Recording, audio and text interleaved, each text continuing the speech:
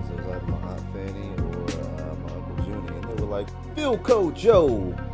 So I was like, you know what, I like that. Philco Joe. Hey, what up, everybody? This is Philco Joe, back with another episode as promised. And for this week, I decided to focus on lighting. So I tried to make this a quick 5 minute tutorial, but it ended up being like 20 minutes. And I think that's probably going to be the floor, in terms of a ceiling or a floor for how long it takes me to do these. It'll probably be about 20 minutes, just to get in there and give you something that you can take away and apply right away, and also make it quick. So the purpose again of this tutorial today is just to focus on lighting, and I'm going to break down the elements of lighting and how I render it. So what you see me doing here is starting with a circle, and for those who they're passionate about art but they didn't have the opportunity to actually go to an art class or an art school, this is one of the fundamental things that they teach you is how to render a sphere and lighting, right? And so I basically just wanted to create that for the aspiring artists out there, and just kind of talk about how I went about rendering this. Now, it might seem like a very simple and boring thing to do, but this is actually very fundamental. And I personally find that the more that I draw, the more I come back to doing this and actually appreciating the exercise. So what you see me here is just rendering a light source in the top right corner. And what I did was use hash marks to spot where the shadow would fall in perspective. And eventually I can delve more into how to render light and shadow with perspective. And you know what? I might do that next week. But what you see me there is just kind of spotting where the shadow will fall roughly. And so whenever starting out, you want to break down the light source, right? You're going to have a variation in the light source. So it's going to go from the highlight to the light, the halftone, the terminator, which is the point at which the light, the object shifts directly away from the light, the shadow, and then the reflected light. Now, I am actually doing a voiceover over a drawing because I feel like it's easier for me to communicate, when I really want to get some good things in, and not stutter and stumble over myself. You know what I mean? So for the time being, this is I guess this is just what I'm gonna do. Now, so like I said, you have those 6 elements of light, and I actually forgot to write in the cast shadow, and actually another element known as the occlusion shadow. But what I end up doing is writing those in later. So just keep those 2 things in mind. Now, you know, for some reason, it took me a lot longer to draw this than it is going to take to explain. And right now, I'm doing it in real time, so I actually might, I don't know, I might speed this up, maybe not. So, as far as how I'm rendering this in Photoshop, you see I have my opacity on 60% and the flow on 40%. And setting your opacity and your flow to those numbers or percentage points makes it easier to control the rendering of an object and light and shadow. So when you're going for a more realistic depiction, it's very good to go with those 2 numbers. And so what you see me doing here is starting with the terminator, which I think is the easiest thing to do. You just start from the midpoint and basically work back into the shadow. From my experience and from what I've learned, you always want to work the shadow regions first, because, well, for one, you want to discover where the darkest things are, because your shadow is what's going to create the most contrast, which from a design standpoint really helps to anchor your image. So you always want to work with your shadow, your darkest areas first. And that's something that, like I said, it's fundamental, but it's very easy to exercise with this little, or it's very easy to execute with this little exercise here. So, I think you shouldn't be too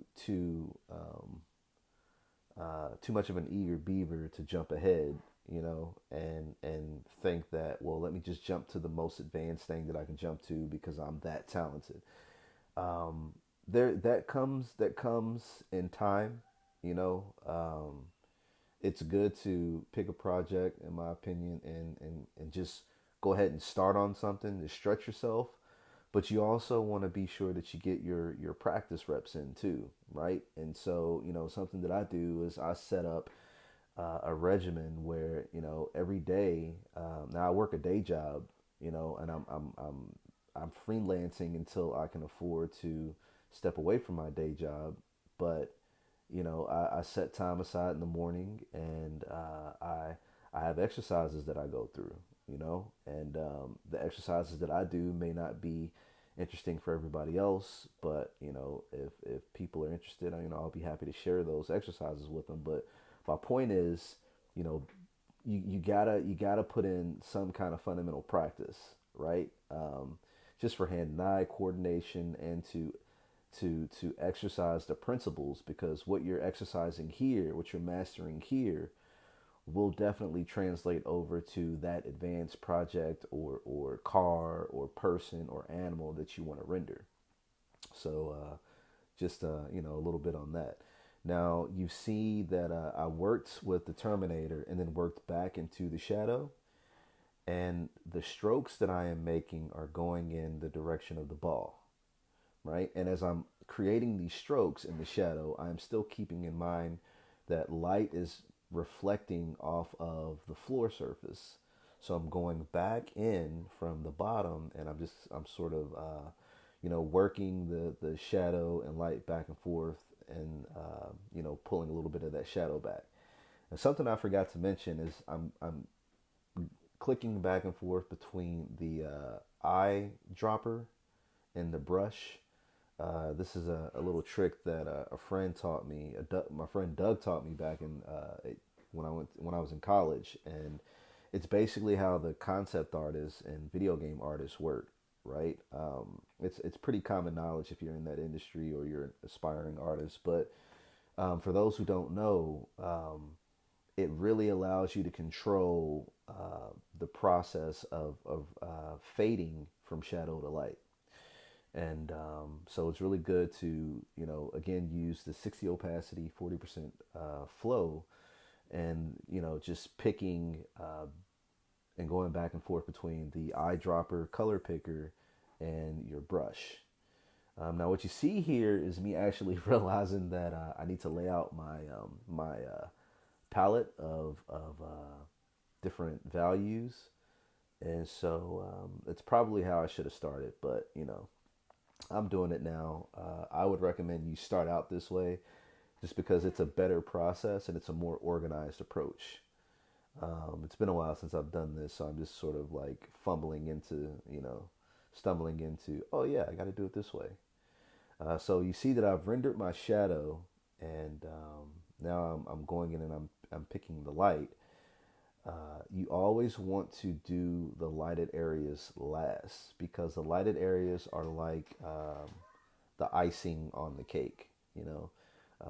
The other thing is light. The brightness, if you do it right, stands out in a major way. And if you have too much of it, it can kill whatever image you're rendering. So that's why, just to get back to what I was saying earlier about the process, that's why I start with doing the shadow, by laying in the Terminator and moving back. And once I have that solidly laid out, then I'll come and start rendering in the light. And so what you saw me do was sort of take a painterly approach, where I threw the values down and going back and forth with the color picker and the brush. I am working um, the the values into the ball by moving in the direction of the ball. That's something else that's very, very important. When you make a brush stroke, which is what I'm showing right here, when you make a brush stroke and you're trying to render light, you always want to render in the direction that the light is traveling.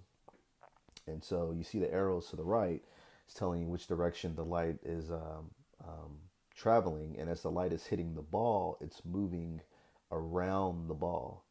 And so as I'm putting the colors down, I'm going back and forth with the color picker and a brush, and I'm just working those values back and forth until I see what I feel is a pretty good transition from the highlight region to the light region, and from the light region to the halftone region, and from the halftone to the shadow, and so on and so forth.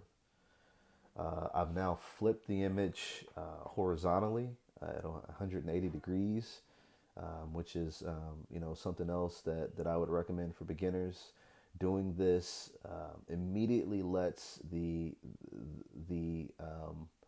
mistakes pop out right away, and so it's a good practice to always spend a little time working on your image and then flipping it, working on it a little bit more, and then flipping it back in the other direction.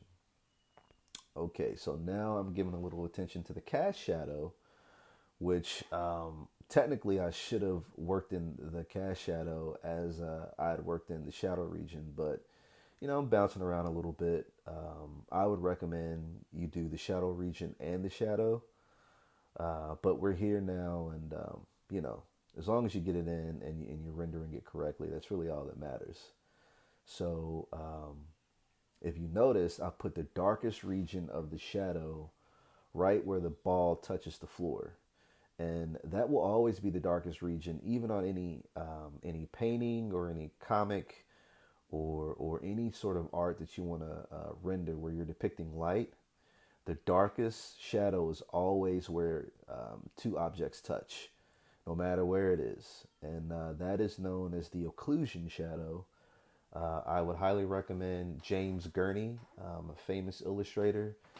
He's known for Dinotopia, which is sort of like it's a fictional story about a scientist who explores these worlds where modern humans, and dinosaurs live side by side, and he does illustrated.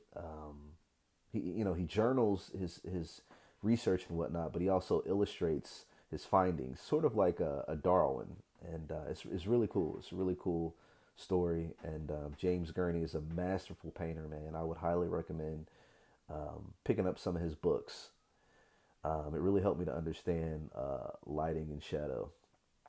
And so now what you see me working with is trying to really, what you see me doing here is trying to really clearly define where the reflected light is in the shadow. And the general rule of thumb is that, you have the reflected light in the shadow, but your reflected light is your lightest light in the shadow. Everything that's in the shadow needs to be darker than everything that's in the light. And so what beginners tend to do is make the reflected light too bright. And what it does is it confuses things overall with the light and shadow. And it doesn't, it's not as pleasing to the eye. So I'm just really working and working and working that reflected light to keep it dark, definitely darker than the lightest light in the light, which is the halftone. And so just work that back and forth until you get to a reasonable spot, and that shouldn't be too terrible as long as you're patient, and you'll be good. And so I'm also going back and forth with the color picker, and what you saw me do is just touch up the edges of the shadow, the cast shadow. Also, as you pull away, as the further the shadow travels from the object, the hazier the edges get. So that's something else to keep in mind. The closer it is to the object, the crisper the edges are. And so what I'm doing here is, just kind of going around and just patching up areas and making sure that my terminator is good and dark. Now that I'm looking at it, man, it's too light. It needs to be a little bit darker. Um, yeah, it needs to be a little bit darker, but it's all good. So now what I'm doing is putting a dark background behind the object to help accentuate the lighting that I've rendered. That it just helps to push the three dimensionality of what's going on, and it makes it easier to study where everything is. And so a couple of more minutes here, and I think this drawing session comes to an end. So yeah, I got about 4 minutes to wrap this up. So basically, what I'm doing for the rest of the time is just filling in the background and just cleaning things up to make it a little bit more presentable. So to get back to what I was saying earlier, this is probably the most important exercise in an artist's toolkit. What I would like to do after this is start talking about you know rendering rendering the object, whether it's let's say we're building a human figure or an animal figure with simple geometric shapes, pyramids, cubes, spheres, cylinders, cones. Doing that and using the same principles that we're exercising here, and just applying that to those objects. So I think that's what I'm going to do for next week's episode. But the more that you do this, man, and this is 20 minutes, right? And I'm taking my time just to make sure that I'm doing things clearly for you all. But realistically, if I'm doing it as an exercise, I am the first few times I may take my time with it, but eventually, if you have a project, man, you need to get that thing done. So I would challenge myself and try to render this within 5 minutes, you know, but render it effectively so that the elements that you see written on the right, the 6 elements, are clearly defined. And if I get to 5 minutes and the timer runs out, and they're not clearly defined, that's cool. Don't beat yourself up about it. Just get in there and smooth out the edges and you know, get on to your project, and come back the next day and try to get a little bit better every day, right? It's that Mamba mentality, man.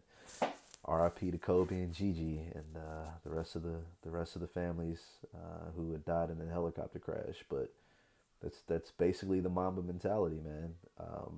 Just do a little bit to get better every single day, and so yeah, I'm just going over the edges here because I want it to appear as realistic as I can make it. I'm not too crazy about it, for the sake of getting this out to you all on time. But for the most part, you get what's going on here, and it's not perfect. I'm sure there are some of you out there who could render this object way better than I can. And actually, now that I'm thinking about it, it's going in a weird direction. The way the shadow is wrapping around.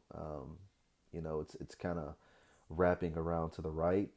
It should be maybe wrapping around in the other direction, just based off of where the highlights located. But it's all good, man. You make mistakes, and clearly I've made one here. But the whole point is, you know, you just get in here, you work it the best that you can. Um, you push yourself, you get better, a little bit better every day, and work the fundamentals, man. Work the principles. And so, oh man, now I'm a little